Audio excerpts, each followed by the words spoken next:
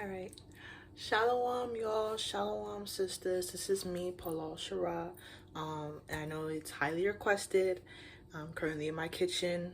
It is a Monday, but I know that Passover is coming right around the corner, so I want to give out this video on how to make unleavened breads, because it's the Feast of Unleavened Breads, a feast of sweet breads, all that good stuff. So I'm gonna take y'all with me, and show y'all step by step, because I'll be writing stuff down so y'all can see exactly what I do step by step, and we're just gonna get to it.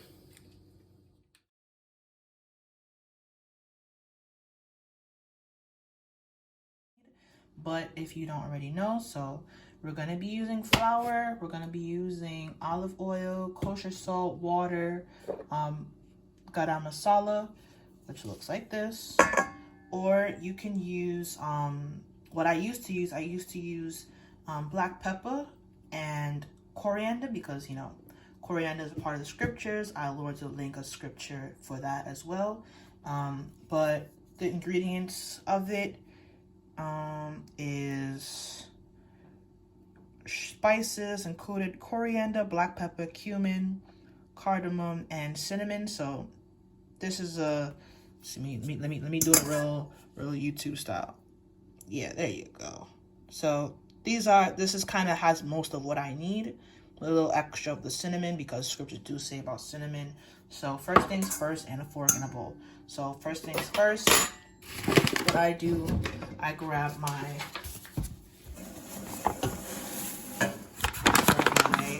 all-purpose flour, and I do that.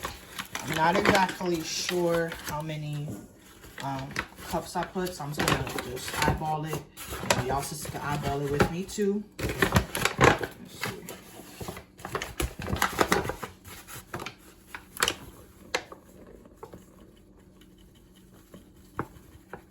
And this makes anywhere between like 8 and about 15, depending on the amount of flour that you. Okay, that looks about enough.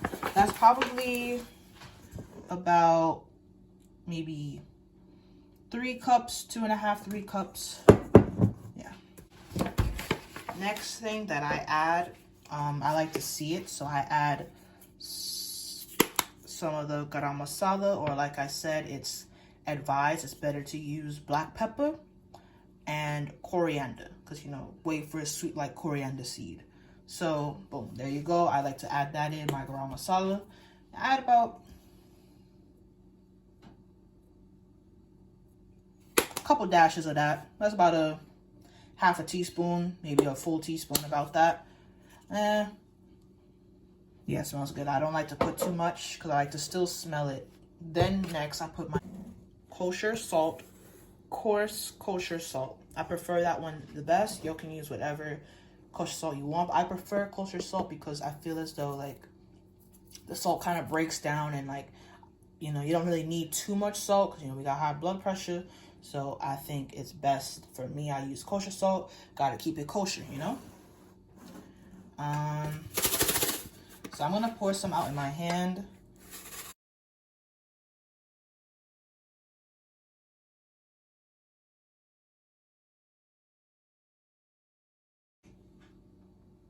Yeah, that's about it. I don't know, about half a teaspoon as well. Then that's it. Now, if you're using black pepper and coriander, you just add those two together, and then that'll be it with the salt. That'll be about 3 seasons. So I pretty much just cut down my time to use 2. Then I grab my fork or your whisk or whatever. Don't mind my fork, a little janky. And then I just mix. Make sure I mix the dry seasonings together. Now, you could also use like sugar. I used to use sugar as well. You can use, regular brown sugar, white sugar, maple sugar, whatever you want to use. And I would say you'd probably put about a 1/4 cup of sugar. And there, I'm going to explain the reason why I put the seasons that I put.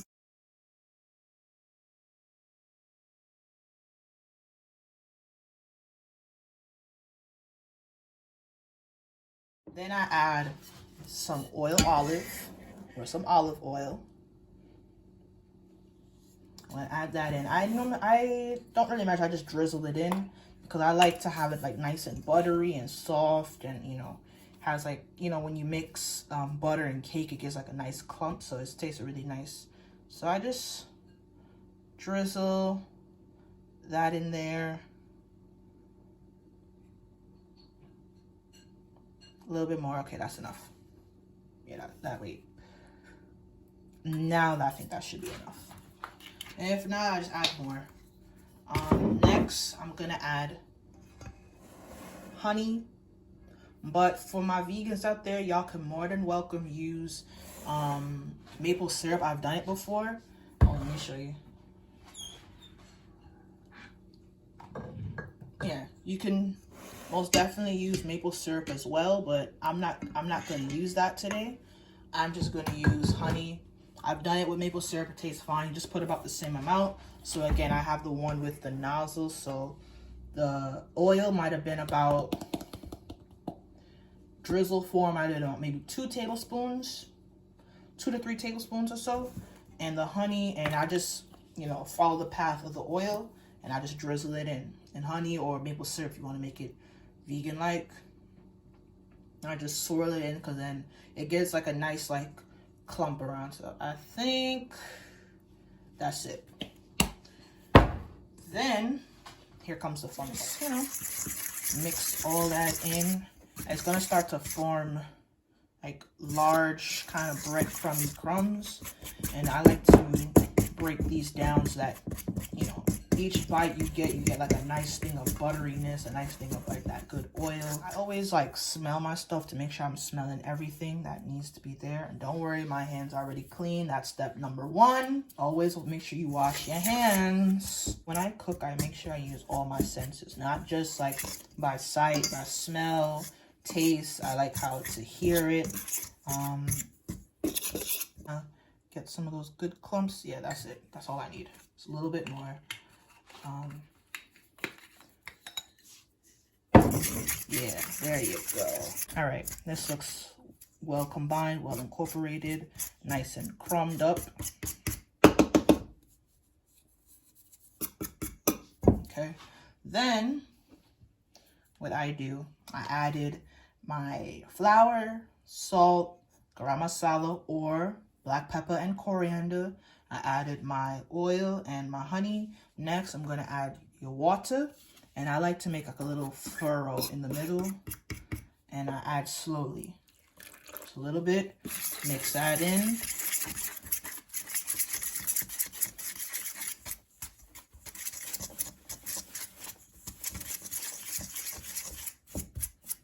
Add a bit more water.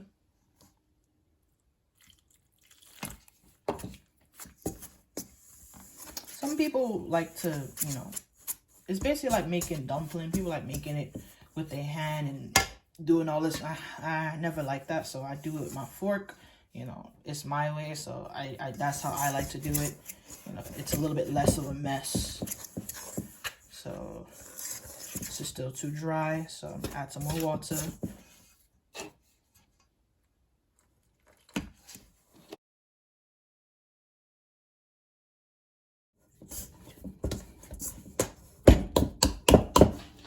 Oh, there you go, nice dough ball. So again, it's a little bit just to keep the that's it. And I just kind of coat that to keep it a little bit moist. So the way that I form my dough, but first off, let me quickly explain why I add the ingredients that I add, because we have to remember that this is not just regular bread. This is the body of Yahushua. If you read 1 Corinthians 11 and 23, you know, it says that this is my body, take it, eat it, do this in remembrance of me. So I add the ingredients that I add because of such reasons. Now, I add the flour because, you know, the Most High says that it's supposed to be unleavened breads, and, you know, you're supposed to give like showbread. So showbread is obviously made by flour or wheat or whatever. The next part of the aspect of the ingredient that I like to incorporate that represents Yahushua to me is first salt, because the Most High said, like, if you're gonna give anything to the Most High, it has to be with salt. You don't want your stuff unseasoned. You want your stuff just without flavor. The next portion, you know, with the garam masala or black pepper and coriander, because, you know, where it said like manna, how manna was flavored, and, you know, it was like wafers of honey but white like coriander seed. So that's why I add coriander and, you know, black pepper and stuff like that. There might not be exact scriptures on black pepper, but I like adding black pepper because it adds just a little bit more flavor, just but still simple. And the garam masala has cinnamon and some other stuff, and, you know, scriptures do talk about certain aspects of cinnamon and different spices because Yahweh Shai had a flavor.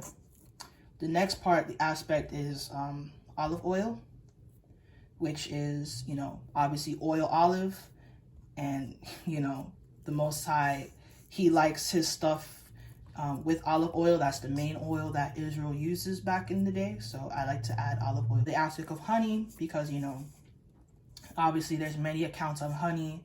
You know, wisdom is like honey. Wisdom is, you know, sweet as honey. And also, you know, I believe that the Most High does have his own little kindness, like Christ has his kindness. Christ has, you know, his element of brotherly and sweet love towards his people. So that's why I add honey. And of course water, because water is life, and, you know, water is the cleansing agent, and water is the binding agent of everything. So that's why I do what I do, and to me this represents Yahweh Shai. So how I form the dough, I remember we about to be approaching things, so I remember, like, I was trying to watch certain videos, a bunch of Amalekites and, you know, different sisters, but they kept on rolling it, and I'm like, who has time for a rolling pin? If I've gotta go, I gotta go. I don't have time for this. I don't have time to get out a flat surface and flour it, and get a wine bottle and flour it up and roll it. I'm like, who has time for that?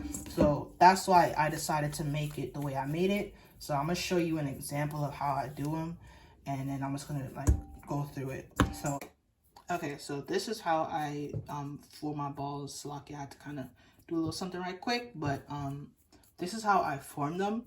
So what I do, I split them up into decently sized, about handful size balls. So I do it. So boom, you take your little ball, you roll it in your hand. This is what I like. This is what I've done. This is quick. It's the quickest method for me. I roll it. I roll into a nice little ball. Then I take my hand and do like a karate chop in the middle. Boom, and I go back and forth and kind of flatten that out. Then after that, I'm not done. I take it and I hold it in my hand. I hold it in my hand and I squish. Press the ends and roll it in my hand. Press the ends and turn it around. I hope you guys are seeing this. Press it, press the ends, press the ends, press the ends out, and then you just kind of like work your way out. So from the middle and then works to the end.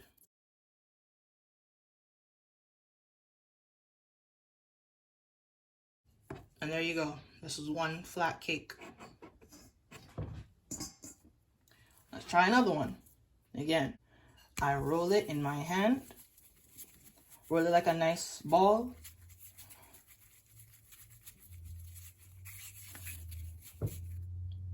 Get my karate chop.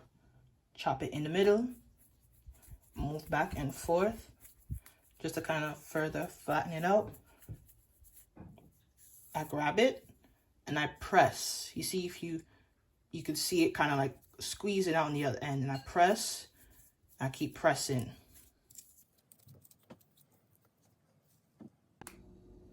Okay, so currently I have I've finished making the little cakes of unleavened bread.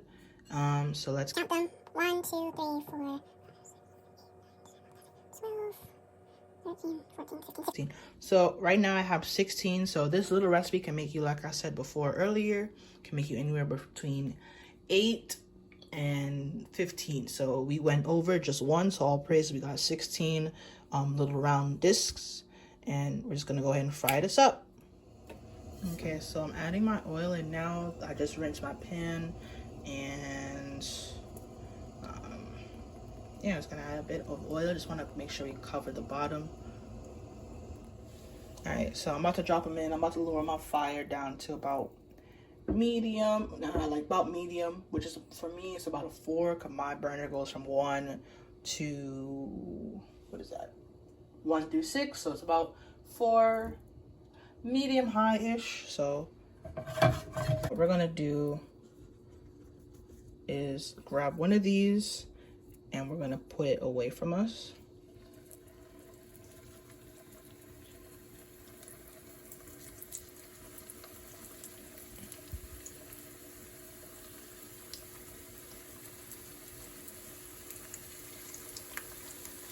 Okay, that's enough. That can fit in the pan. So what I do is I poke a few bit of holes in it, just a bit. Huh. Symbolism, just like how they poke Yahushai, but you know, it is what it is. But personally, I like to just kind of poke it a little bit so that it can like not make air bubbles. I don't like it when it has air bubbles in it, so I like to just kind of poke it up a little bit. And I let this fry and turn up the fire a little bit. Just a little bit. I like to let this fry on one side for about, until it starts to turn golden brown. Sometimes I let it get a little bit darker than that. You know, it's not burnt, it's just extra brown.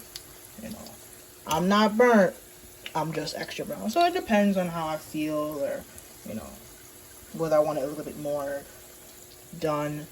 But, yeah, I just let it just, the edges get brown. Yeah. Don't mind over here. It's like, I was cooking some pumpkin. My mother cooked some pumpkin, so, you know, it is what it is.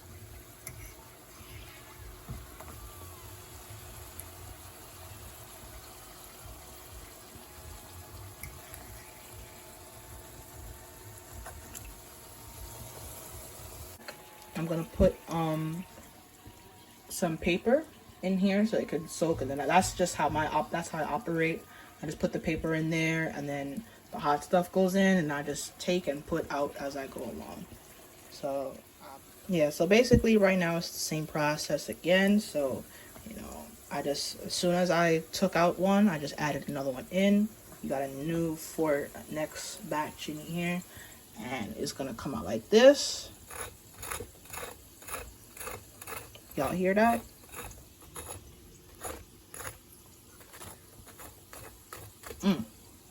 Good and flaky, and it's not gonna be dry.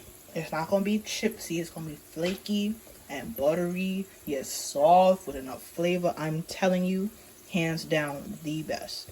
Let me not get too boastful, but in my personal opinion. But I'm gonna finish these up, and I'm gonna show y'all what the finished product looks like, and give y'all a taste test, because y'all just wait on it. Y'all just wait on it. Yeah, so we are all done. We finished making all 16, and let me give y'all a close-up.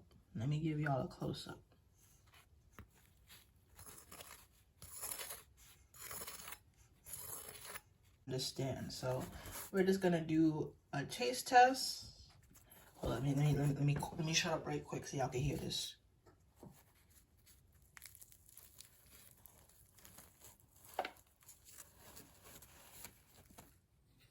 All right, so I'm about to do a taste test. Y'all saw me break bread.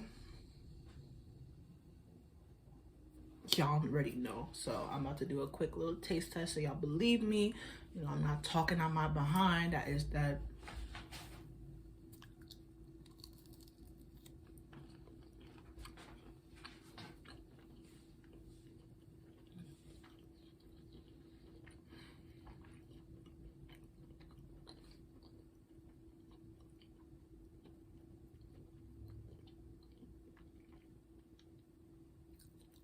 Okay, so it's good. Like I said, real flaky, real moist, soft. To be honest, matter of fact, I think it's really good. I was gonna try to say something negative, but it's not too salty, it's not too sweet. It's just kind of a very neutral taste, but you still taste all the seasoning. So for me, what I would do, I probably just sprinkle just a little bit of salt on top so that you could just get like that pop, because the salt brings out everything else. But for right now, it's like a nice neutral. It's not bland. It's like just real neutral. You get little pops and stuff of flavor. So I think I'm about to do that right now. Add a little bit of salt on top. Or you could add like butter, but that's pretty much it. That's all I got to say. I finished my piece. I'm probably gonna chow down because they're nice and neutral. They're not, they're not too pop because you could always build up your flavor. Add your salt, add your butter, or dip it into some different things. So it just tastes like bread. It tastes good.